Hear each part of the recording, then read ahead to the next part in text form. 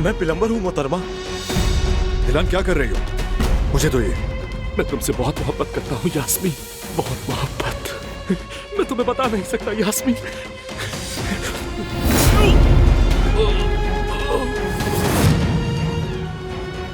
ये तुम क्या कर रहे हो? दिलान रिलैक्स यार, मैं उसे प्यार से थपकी दे रहा था बस।